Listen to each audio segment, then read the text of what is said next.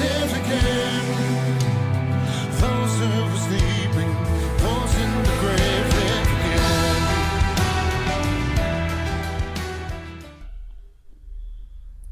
Praise the Lord. హల్లెలూయా.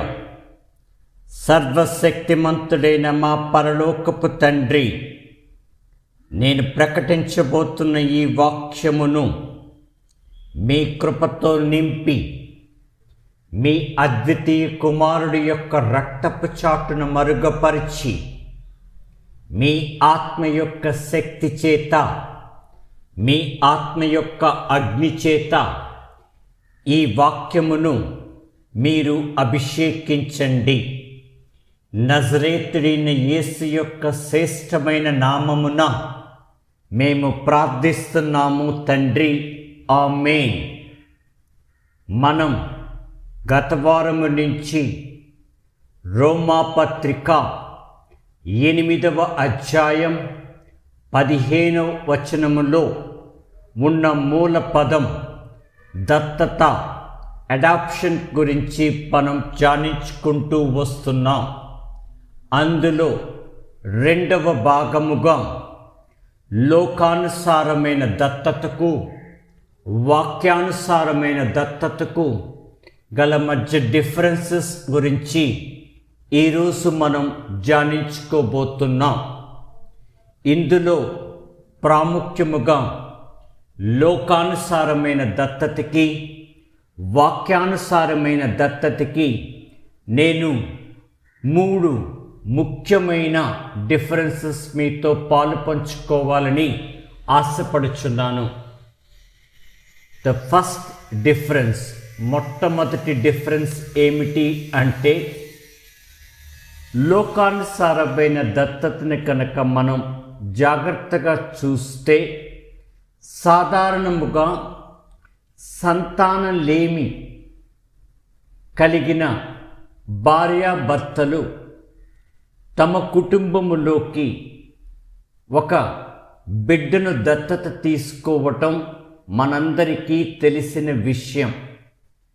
కాకపోతే ఇందుకు భిన్నముగా వాక్యానుసారమైన దత్తతలో ఏమి జరుగుతుంది అంటే, మనం సత్యముతోనూ ఆత్మతోనూ ఆరాధించే మన పరమ పరలోకపు తండ్రి Jehovah Elyon, the most high God, ఆయనకు పుట్టుకతో నీతిమంతుడుగా, ఏ పాపము లేని, ఏ మలినం లేని నీతిమంతుడైన జ్యేష్ఠపుత్రుడైన యేసు ఆయన ఉండినప్పటికీ, ఆయనకు ఉన్నప్పటికీ కేవలం ఆయన యొక్క కృప వలన, ఆయన యొక్క దయ వలన, తన కుమారుడి యొక్క రక్తముతో స్థిరపరచుకున్న నూతన నిబంధనకు ఆయన విశ్వసనీయత చూపటం వలన ఆయన తన కుటుంబములో జ్యేష్ఠపుత్రుడు ఉన్నప్పటికీ మనందరినీ కూడా ఆయన దత్తత తీసుకోవటం జరుగుతుంది. హల్లెలూయా, హల్లెలూయా. ఇందును బట్టి ఆ దేవునికి నేను కృతజ్ఞతాస్తుతులు చెల్లించుకుంటున్నాను. ఇక 2వ డిఫరెన్స్ కనుక చూస్తే, లోకానుసారమైన దత్తతలో ఎప్పుడు కూడా దత్తత తీసుకున్న తల్లిదండ్రుల యొక్క రక్తము, దత్తత తీసుకోబడిన బిడ్డ యొక్క రక్తము ఎప్పుడు కూడా ఒక్కటి కాలేవు. కాకపోతే వాక్యానుసారమైన దత్తతలో చాలా ప్రాముఖ్యమైన విషయం ఏమిటి అంటే, మనం దత్తత తీసుకునేబడే ముందు, మనం త్రియేక కుటుంబములో దత్తత తీసుకునేబడే ముందు ఆయన యొక్క జ్యేష్ఠ కుమారుడి యొక్క రక్తము ద్వారా మనం తిరిగి జన్మించి ఆయన యొక్క రక్తము ద్వారా మనం విమోచించబడి, ఆయన యొక్క రక్తము ద్వారా మనం కడగబడి, ఆయన యొక్క రక్తము ద్వారా మనం నీతిమంతులుగా మార్చబడి, ఆయన యొక్క రక్తము వలన తండ్రితో సమాధాన స్థితిలో మనం జీవిస్తున్నాము. కాబట్టి ఆయన యొక్క రక్తముతో, ఆయన యొక్క వాక్యముతో, ఆయన యొక్క ఆత్మ వలన మనం నూతన జన్మం పొందుకున్నాము. కాబట్టి మనం దత్తత తీసుకోబడిన మన పరలోకపు కుటుంబములో మనందరము కూడా జీవాధిపతి అయిన యెహోవా ఆయన యొక్క జ్యేష్ఠపుత్రుడి యొక్క రక్తమును పంచుకున్నాము. కాబట్టి ఆయన యొక్క DNA మనం పొంది ఉన్నామని మీకు చెప్పదలుచుకున్నాను. హల్లెలూయా, హల్లెలూయా.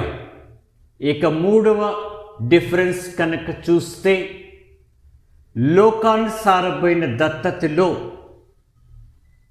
ఏ ఒక్క స్టేజ్లో అయినా అది కొట్టివేయబడటానికి ఆస్కారం ఉంటుంది.